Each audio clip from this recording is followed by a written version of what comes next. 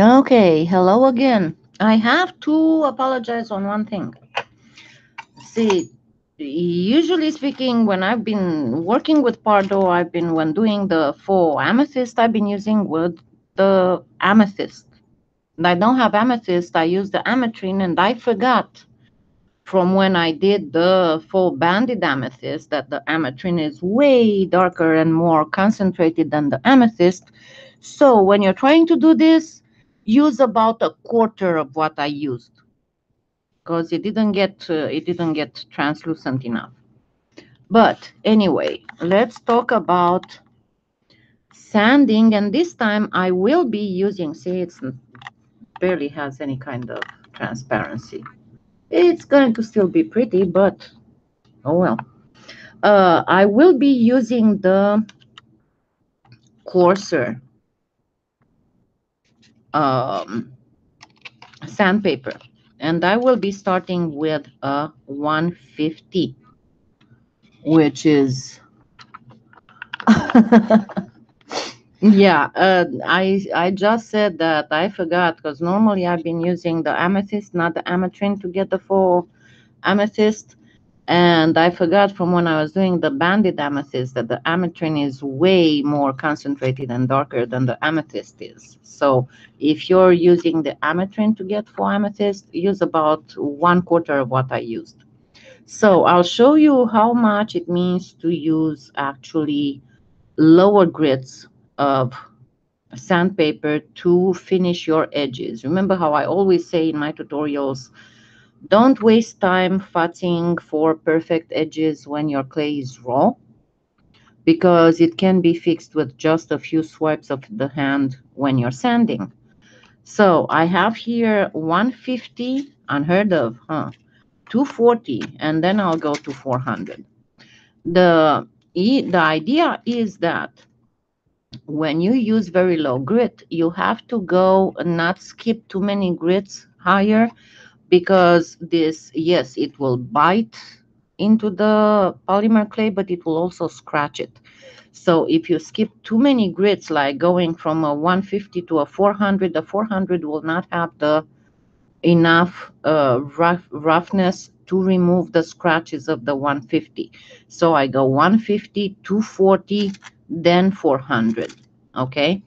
So see, I have here some fairly ragged edges. It's got a little lip. I'm going to try and get it to focus properly if it wants to. Come on. Almost there. I almost did it. Oh, come on. Because I wanted to say something and I forgot. But of course, you can use these. Another way of using all these, you can actually use these as a veneer on translucent, on plain translucent. And if you want to save, because that's what I wanted to say when I was doing the veneer one. If you want to save some of your Pardo, you can use Primo translucent as the base for your veneer. Of course, then you wouldn't be able to do open bezels like for this, but there's a downside to everything. So anyway, let me try one more time, get it to focus so you can see the little lip I have here on the edge. There you go. See the little lip? And I could have futzed around to fix it with the clay raw, but it's useless to waste time because it is completely gone. You can actually even change a little bit the shape of your bezel. I'm going to bevel this one a little bit more, and you don't even have to work too hard because the lower grit, as I said, it will bite real bad in the polymer clay. But you can, this way you can actually refine your cabochons if you made designer cabochons. As I said, it will still be a pretty cabochon, only it won't be that transparent.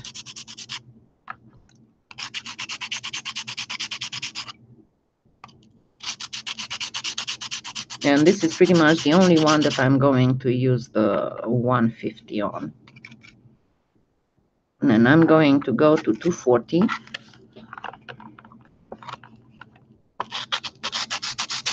Yes, you pretty much can. Yeah.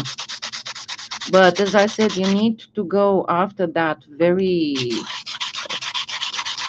with little difference in grits to remove the scratches, because otherwise you'll have a lot of scratches.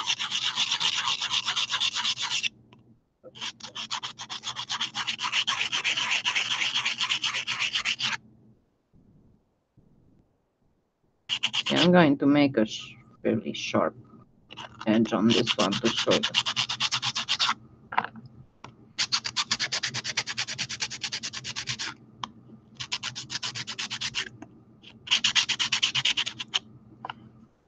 Okay, and on these other ones, I'll just use the 400 without a problem.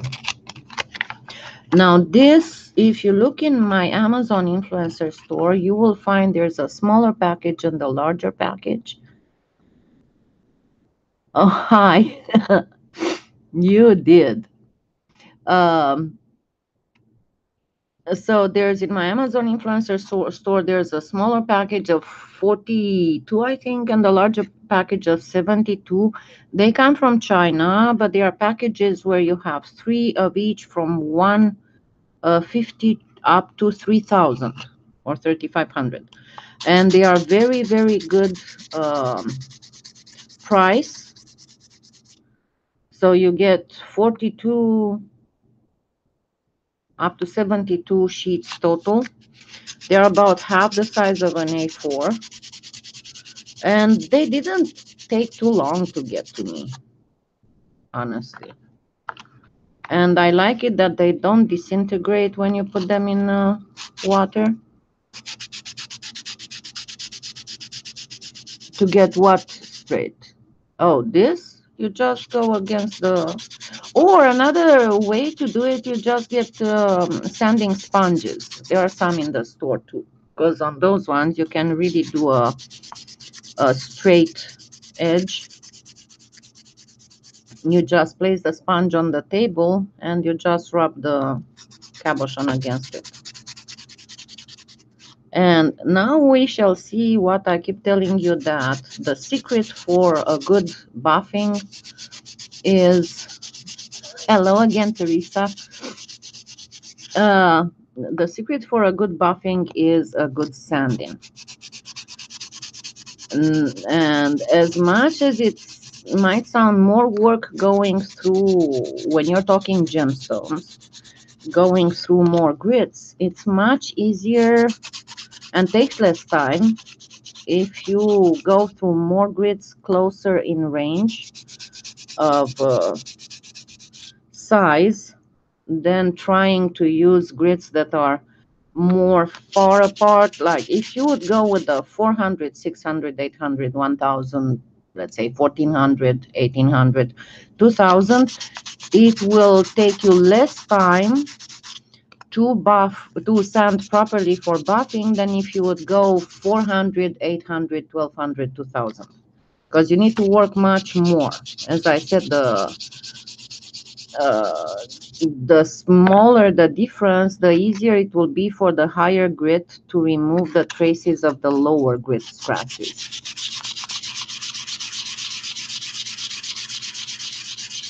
Yes, I did too, but the thing is that it's very expensive and you cannot get so many grits even in the assorted package. And it's like more than twice the price of these ones that I found. You know that I'm always trying to find the best deals on Amazon. I'm spending at least half an hour every day to try and figure out if I can find a better deal or what other things I can find. I wish, what I really wish they would do, because they don't offer you any way of organizing the influencer store, because I would really love to be able to, put, for example, mica powders with mica powders, and clays with clays, and jewelry findings with jewelry findings. This way, it's just, whenever I add them, they just get added to the list, and it's like a list with all kinds of stuff in it, and it's quite big. So if you're looking for something, it might take you a while to find it. And that is a good deal. Anything that you can get for nothing is a good deal.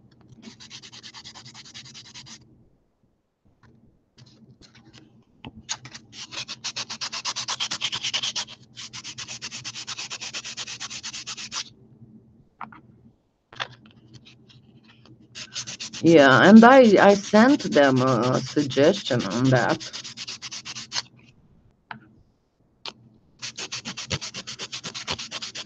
Hopefully, they'll take that into consideration. I'm probably not the only one asking for that.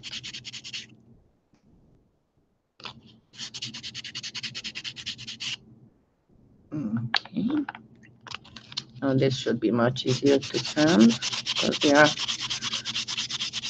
And that's the difference between sanding a regular mold cabochon, because you have already a fairly smooth surface on the cabochon,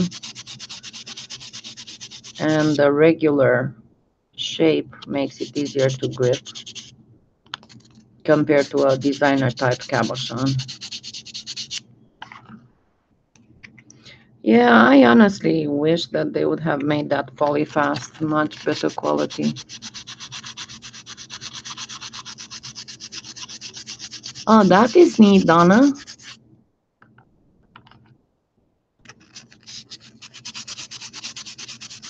What kind of pendant?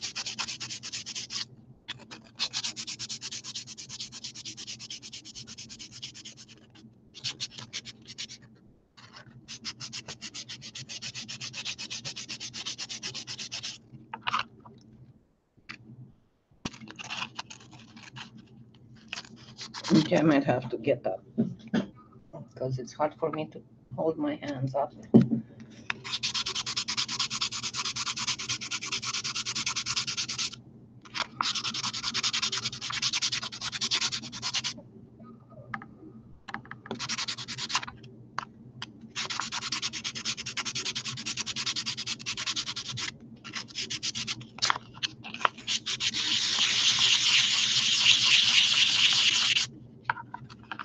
And now the big piece of resistance.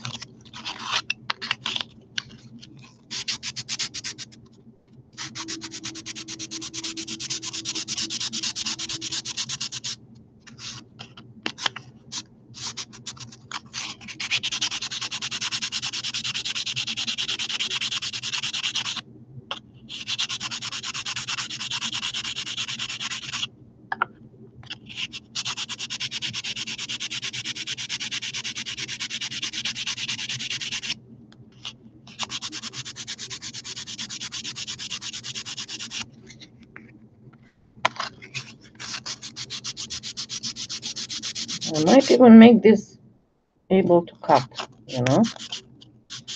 Haha.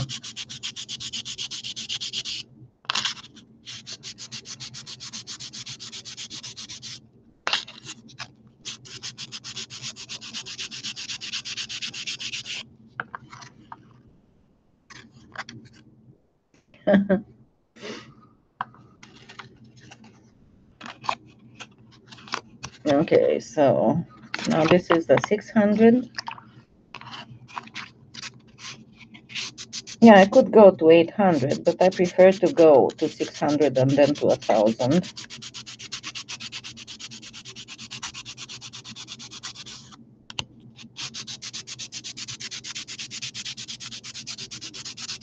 Yeah, because the 600s, it's already fairly high. So 1,000 would be able to get out any scratches from the 600.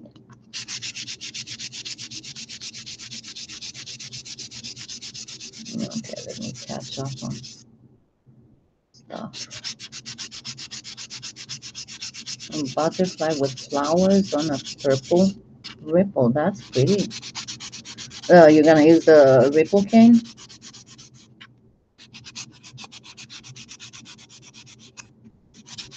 Or just a ripple, whatever.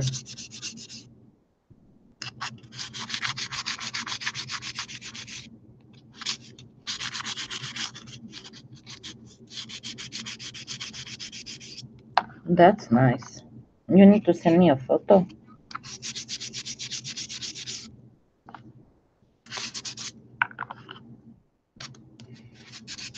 But yeah, honestly, the only thing that would really make you get rid of the work of sanding would be the jewel tools, but that is like what, $600? It's so totally not worth it.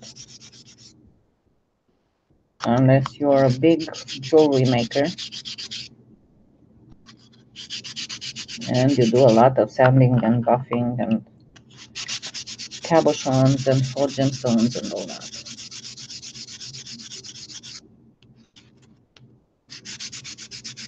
Hello, Deborah. That's how you say it. Because we have like a lot of Deborahs and a lot of Catherines today.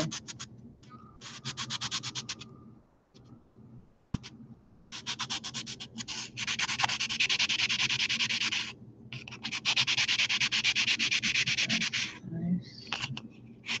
Okay.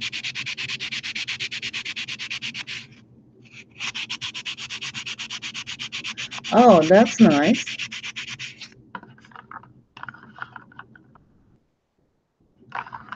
I usually go to at least 2,000, sometimes even to 3,000.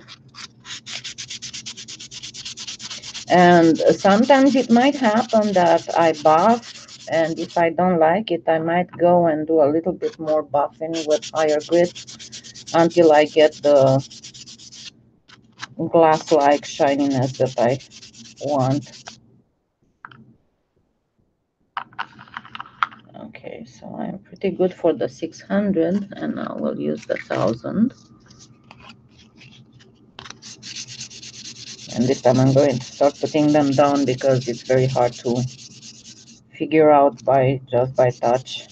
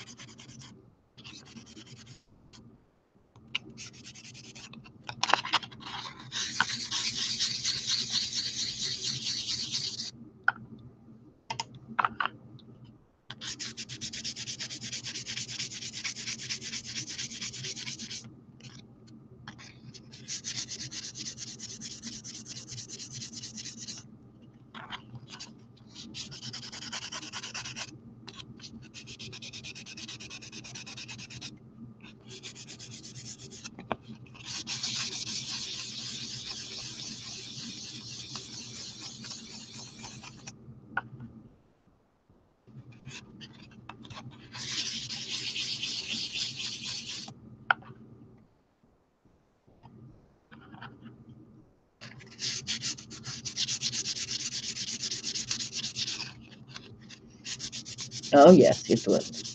It would absolutely be. Fortunately, it's horribly expensive.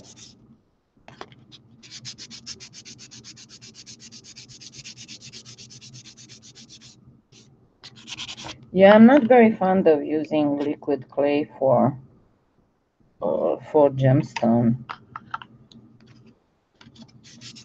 It still leaves an uneven surface on a non-flat. And then I told you I discovered that sometimes in humid days it might become a little bit cloudy. Yes, the harder the clay, the longer it will take to sand. For example, Pardo takes twice as long sanding than Primo does. And it's also the same for buffing. The harder the clay, the better it buffs, the shinier it buffs. So Pardo does an absolutely amazing buff. And Primo can do it too, but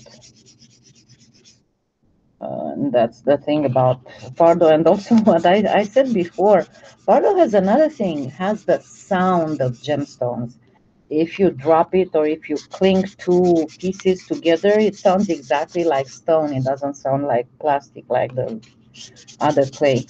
It's quite amazing.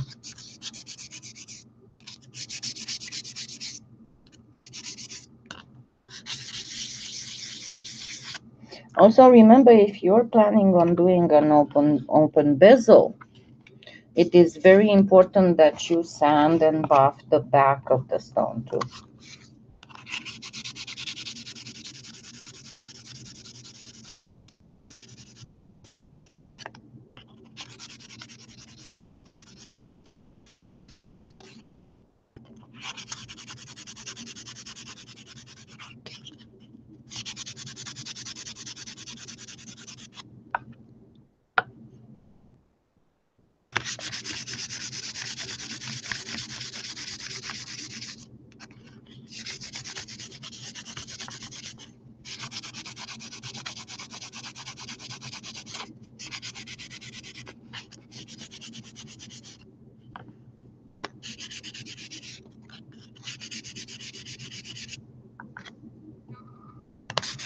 Almost done.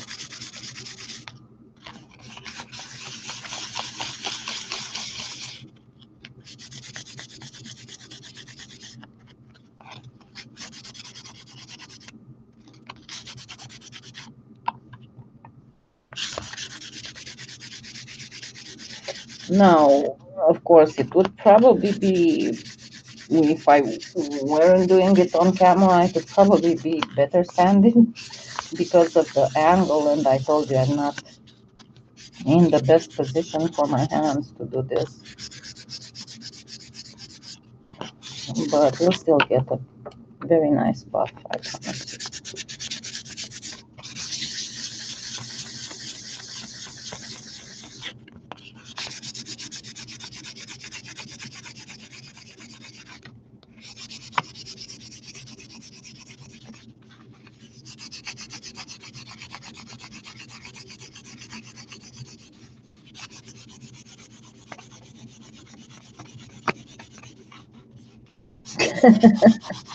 Yeah, I understand that you need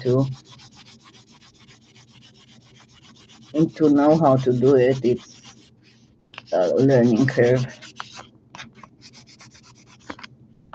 because we are talking polymer clay here, not real stone, so it would get easily eaten up.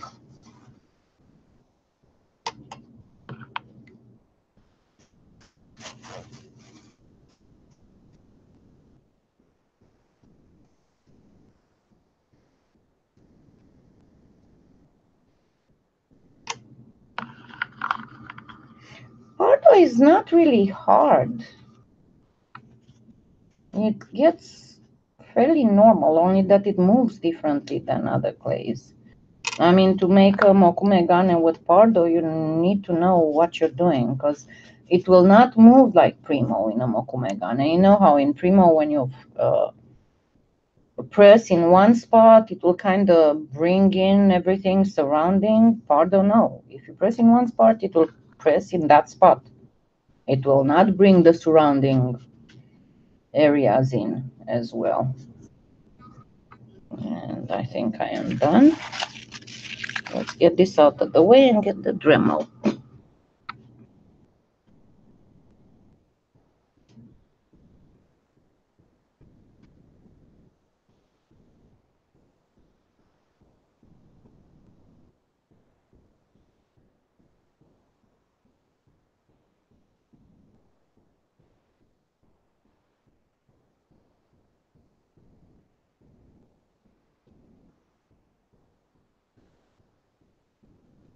I'm sorry, I thought it would be safer to actually get it in the kitchen, not leave a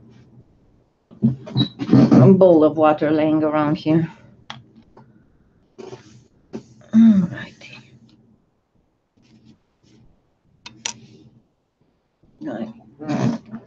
Paper towel.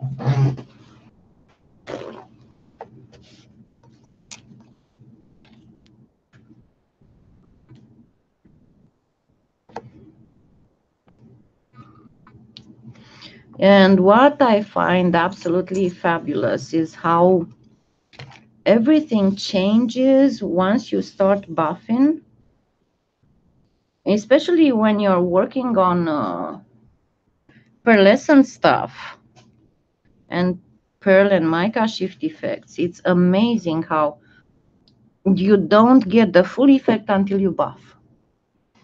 Okay, are you ready? Let's make sure that I am in the good spot. All right, noise.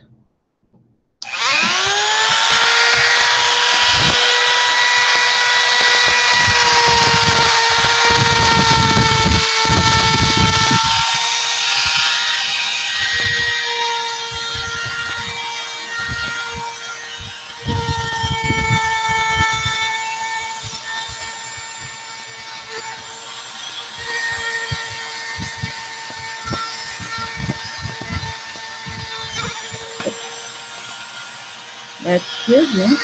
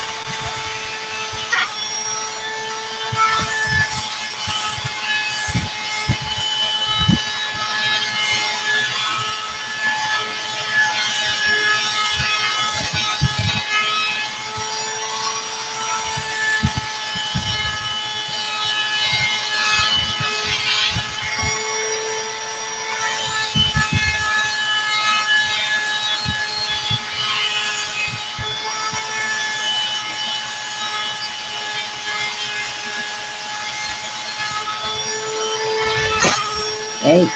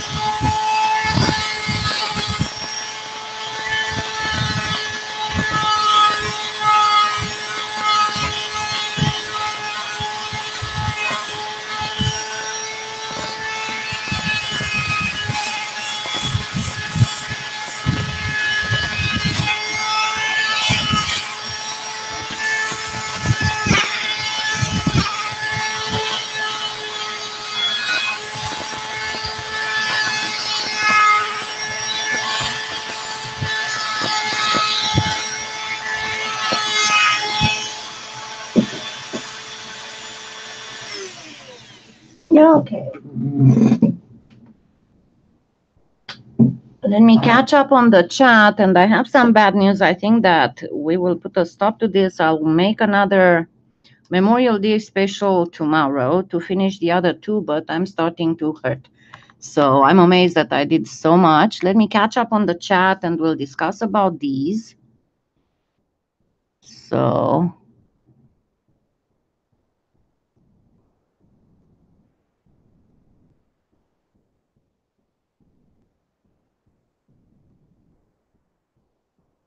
okay, let me see where we are.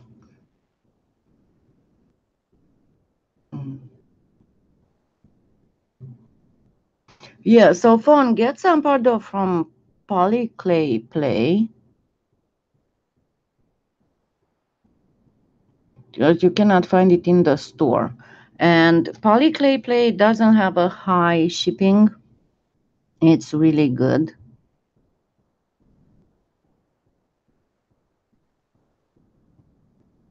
Oh, come on, no. Yeah, the knife needs a little bit more sanding, and I'll show you another spot on the purple one that needs more sanding.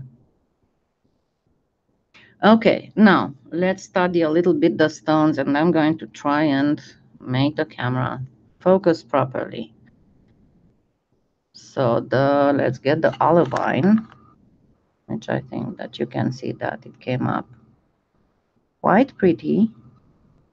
But see here on this one, here I need to sand a little bit more, because see how the buffing is not as glass-like like on the rest of the cabochon,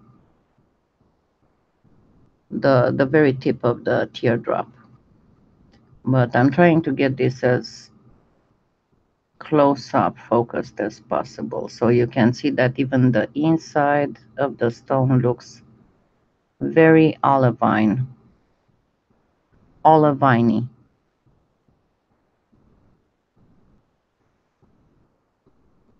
With all the little inclusions and separate specks of color. The least olivine one is the one that I just placed the veneer over, Primo translucent. But these other two that were solid Pardo cabochons look, I'm not sure if you can see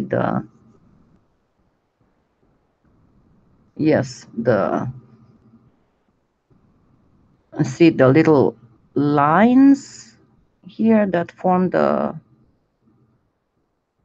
crystalline pattern of the olivine, because of the mix we did with the two Skinner blends and then the extra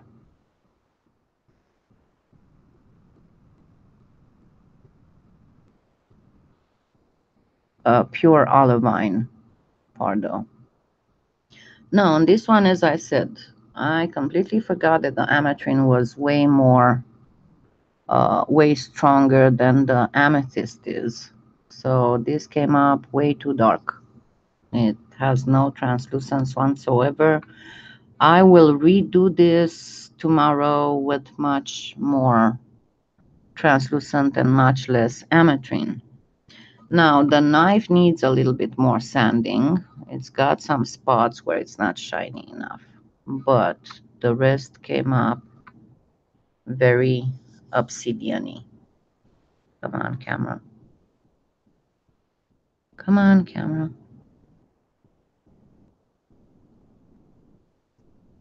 Yeah, kinda, but it's too purple to be lapis. Trying to make this. Yeah, dear, it almost got it for a second. Come on, camera. Focus. You did great with those cabochons, and now it doesn't want. Let me hide what's in the background. There you go. So yeah, you see it has the glass line obsidian-like aspect. It's got a bit of transparency. Not too much. Probably if I were to remake it, I would use less obsidian and more translucent. Yeah, but I would still sand it some more. On this area, it's got some spots where it doesn't have enough glass-like. See right here, it doesn't have enough shininess. Hi, Judy. So yeah, I will be, let me try and calculate when it would be a good time to do. Let's say not tomorrow, let's say Tuesday. I'm going to continue this on a live on Tuesday because I want to finish early in the morning tomorrow. I want to finish the lapis tutorials, at least 2 more. And then I need to do the never need unpacking and putting together on live. So let's plan on Tuesday having again a back-to-back. The first one will be making the yellow calcite, and then the second one will be making the Amazonite. Now remember what colors we have. I'm going to put them aside separately. Why do I have the red fire over here? Separately, so I have them ready for the. Now remember, for the yellow calcite, I'm going to use a little bit of platinum to give more pearlescence. Okay. Okay, so and sorry, I would go more, but I'm starting to hurt and I don't want to push it. I'm amazed that I did so good until now. So let's not push it, and let's consider it for Tuesday, probably around 10 or 11 again, and we'll keep making gemstones out of Pardo. And don't forget to sign the petition. It is, I'm a GMT -6. So it would be your Germany, your GMT +2. So it would, no, +1. Are you GMT +1 or +2? Are you Paris hour?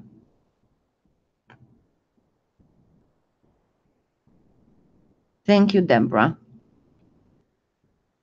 So I don't know, just calculate by GMT. I'm GMT minus, is it -6 or -5 when it's the daylight savings time?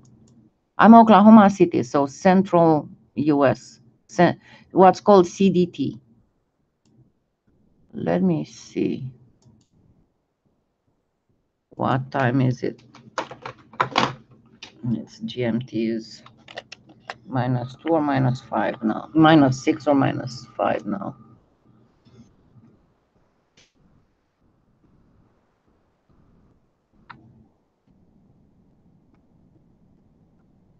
So it's 10:57. What? 16.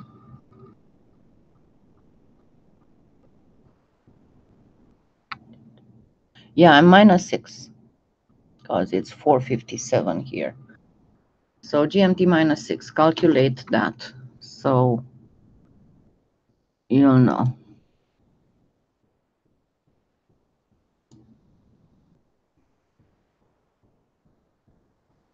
Okay. So I'll see you all on Tuesday. As I said, I will announce it and I will post on the Facebook page when I create the event, the link. So I'll create it for tomorrow to be ready. So you'll be forewarned and you'll know ahead of time so you can plan on it.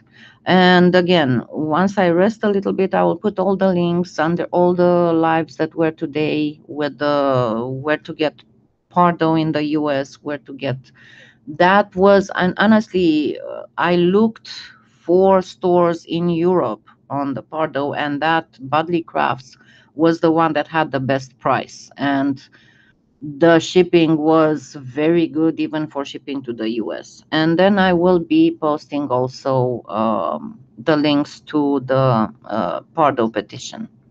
So I will see you all on Tuesday, and don't forget to follow me on the Facebook because sometimes I post stuff there too. I mean, I post stuff all the time there, but sometimes I post videos on or go live on Facebook only. So have a wonderful what's left of the Sunday. Goodbye.